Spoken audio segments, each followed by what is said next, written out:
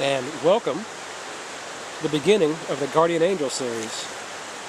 This is Reed Lukens, and this is going to be a compilation of a bunch of the stories of the miracles that I've been lucky enough to perform and things that I've seen happen. And this is all just true stories, and I'm going to give you a little history. We'll start from the beginning. It starts with my great-granddad. He moved to California and became a fireman in Auburn, in his town. And then, of course, that was followed by my grandfather and his brother. And actually, his brother became the chief for many, many years. And my father, when he grew up in the department also. And I'll never forget when I was like 4 years old and my sister was 2. Back in those days, there was no communication other than the air raid sirens from World War I and World War II they'd put up, when we were at war. So when a fire happened in town, the alarm would go off, and if we were with our parents, any of us kids, there was many of us children that grew up in the fire department, we had to go with them.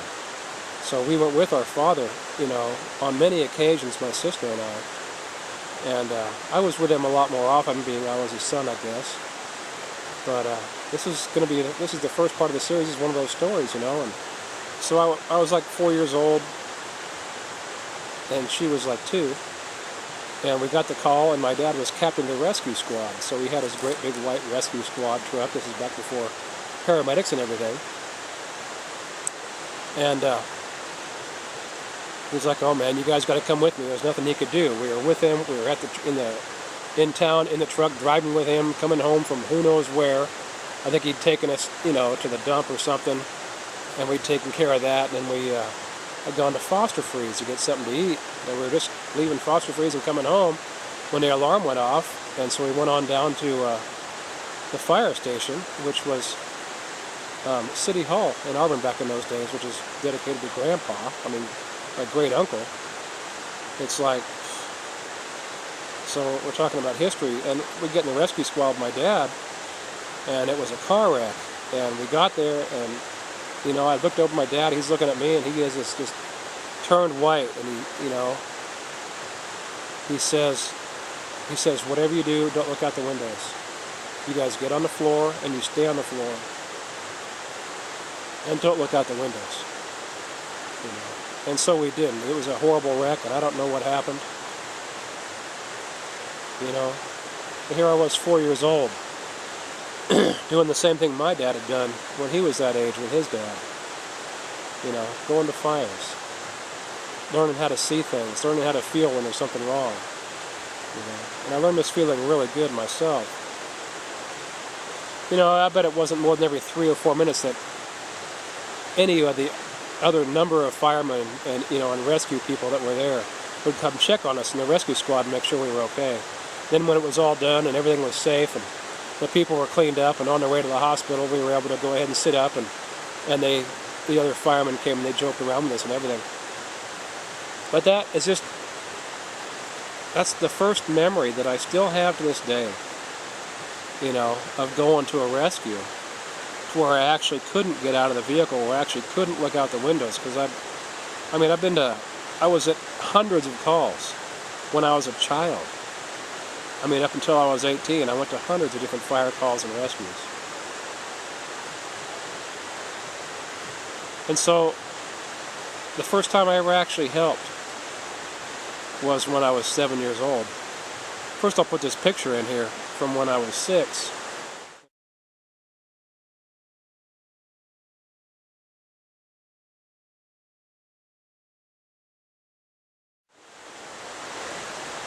I just got done swimming down here at the river all day, So what happened was, I was 7 years old. Once again, I was with my dad, just myself, and he got a call. The sirens went off again, and I was with him. He's like, "Oh man, you got to come with me," as usual, because I was with him, and there was nowhere he could just drop me off. If we went to a fire, so we went and got in the rescue squad, and we went down Sacramento Street in Auburn, and they'd had this car wreck where the car had actually run into the train. The upright pole where the arm comes down when the train was crossing. So instead of hitting the train, the guy ran into the pole, and it put him up on top of the arm. And this was a father, a mother, and a little girl. And, you know, this is just one of those vivid memories that I'll never forget. You know, because it was the first time my dad asked me for help, you know. So the train finished going on by, the arm went up, taking the car up sideways. We were there when the car actually went up sideways after the train was let through. And Dad, he was trapped in the car. The father, he was trapped in the car. He was crushed into the driver's seat. And he was okay. He just had to be cut out. So there was firemen cutting him out. You know. And Mom, you know, she was in bad shape. And everybody was working on her, including my dad. And little girl, she had, you know, had a couple of her front teeth knocked out. She had blood all over the place.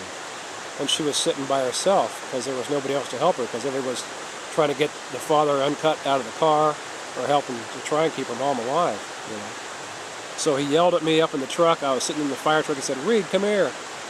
And so I went ahead and I got out of the fire truck, you know, our rescue squad, and I went down and says, "Look, I need your help. There's nobody else that's here. Can you go over there and get some towels from over here?" And he pointed out where the towels were, and there was water, and go ahead and go clean up that little girl and see what you can do to get her to stop crying, you know, and calm her down. And so here I was 7 years old. And here's this 9-year-old little girl, you know. And so I did that, you know. I went and I got a towel, and I went over to her and told her, you know, she'd be okay. I go, you know, you're going to be okay. And she's crying and everything, and I'm like, here, just hold still.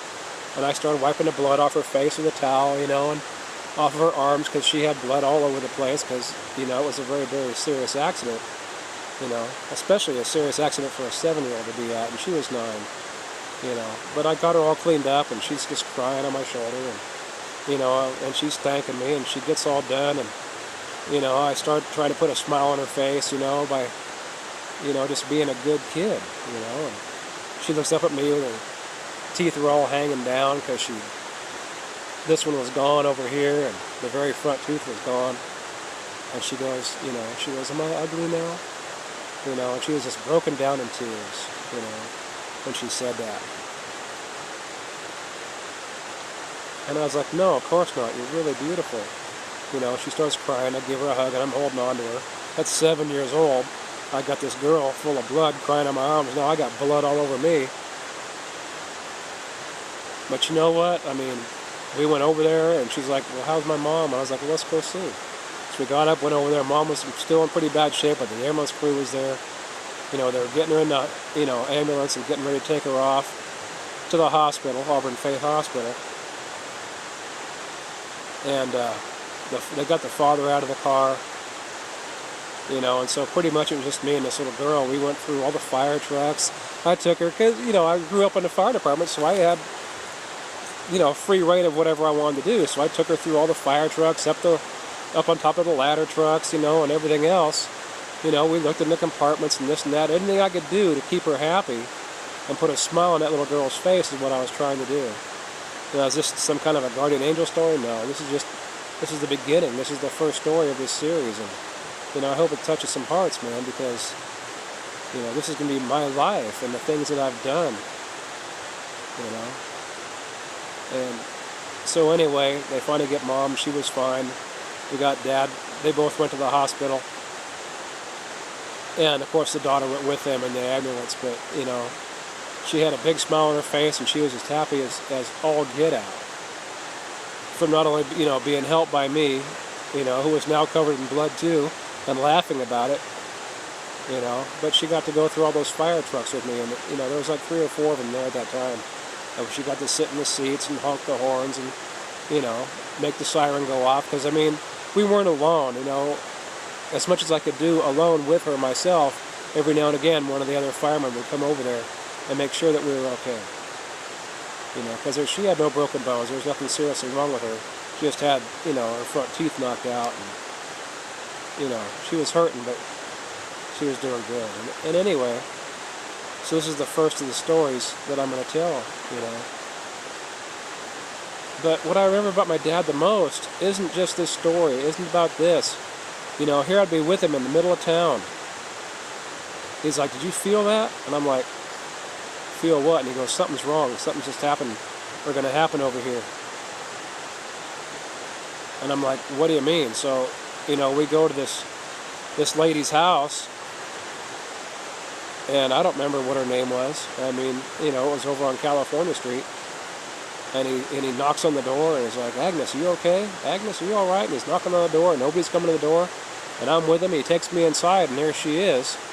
She'd fallen down, and this is an older lady, an elderly lady, and she couldn't get up on the kitchen floor. You know, and here my dad felt this, and we went to her house out of the blue because he felt there was something wrong in that house. And I got a glimpse of that feeling in my head that day. You know, and this was my dad, man, and this is who he was. You know, people never told these stories before, but now it's the time, you know. And I remember him telling me, it's like, don't ever tell your mom that we do this kind of stuff, you know. And I'm like, I didn't understand why, you know. But I didn't. I always kept it quiet. And I went with him on many of these guardian angel calls. You know, what I'm going to say is where God sent him to these different places to help other people who are hurt or about to be hurt. Sometimes we arrive there before anything happened. And this is what he trained me to do. I learned how to feel when there was something wrong. You know, I learned how to fix problems before they happened. You know, and it took me years to get to that point. I mean, there was years I would go by and one day a clock was going to fall off the wall on top of one of my friends', heads at work. And so, me being a troublemaker, I went over there and just gave him a little sword hand to the side.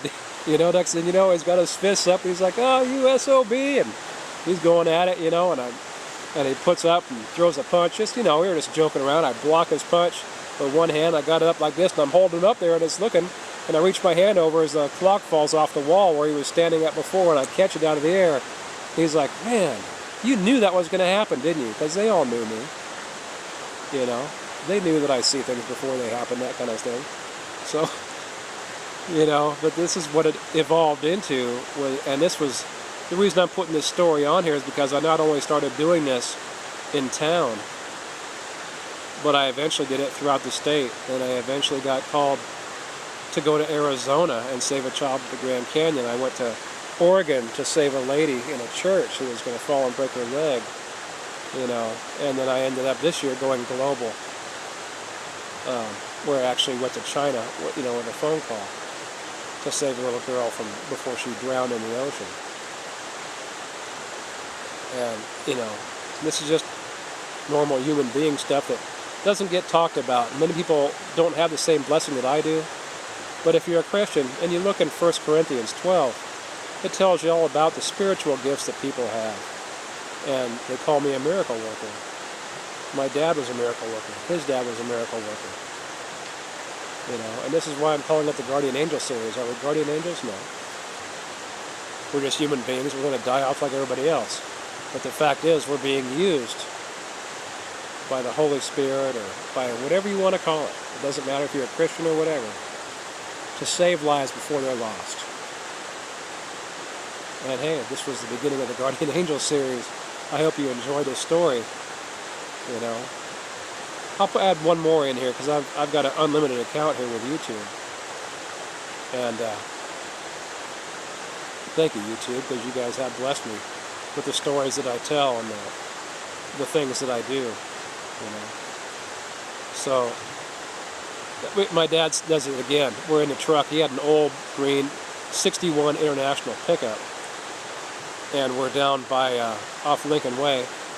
Just coming down Lincoln Way from, the old City Hall firehouse. And there was no fire. We just left the old hardware store. And I was like 5 or 6 years old with him. And he's like, we got to go down here. And I'm like, why? He goes, because something's going to happen.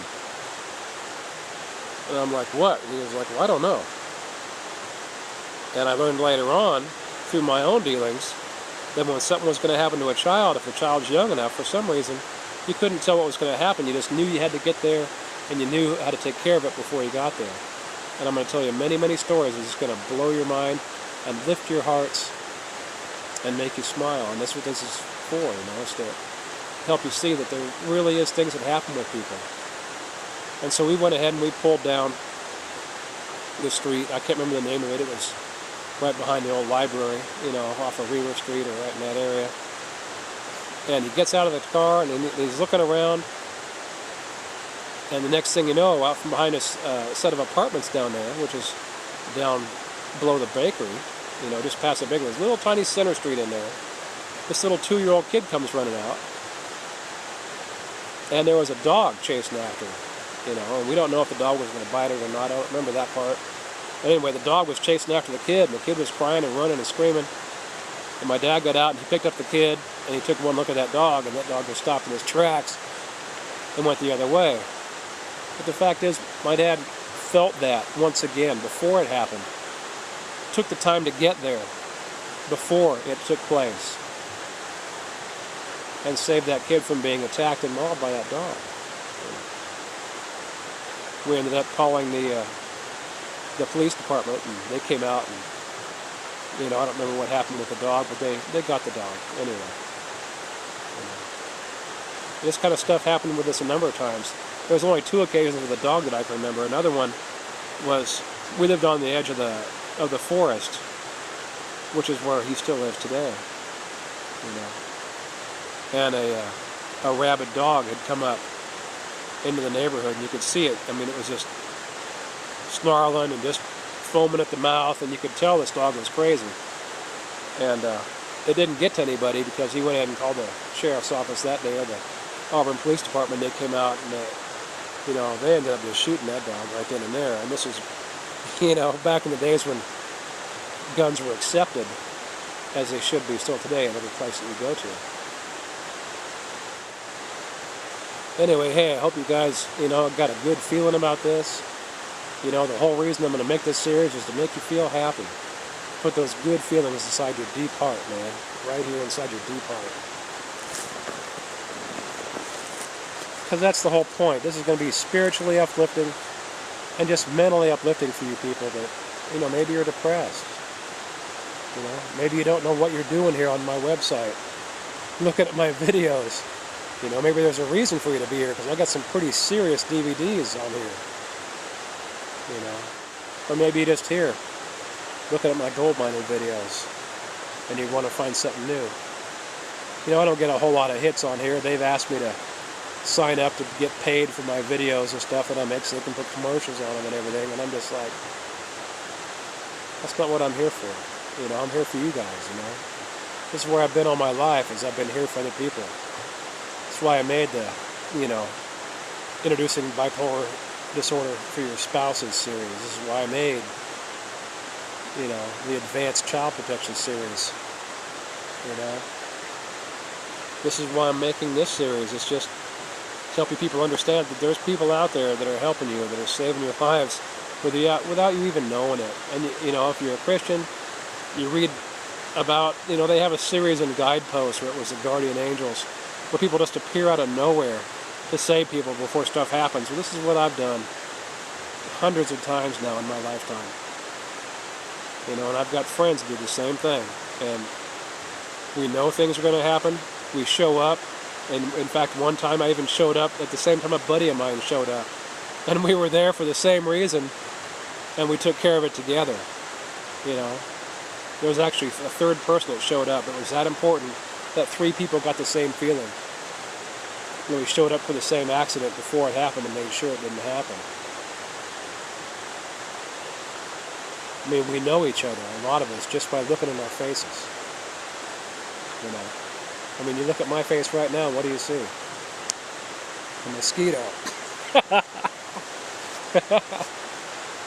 So anyway, I'll let it go with this. It's starting to get dark. I need to get out of here. I hope you enjoyed this. God bless you all.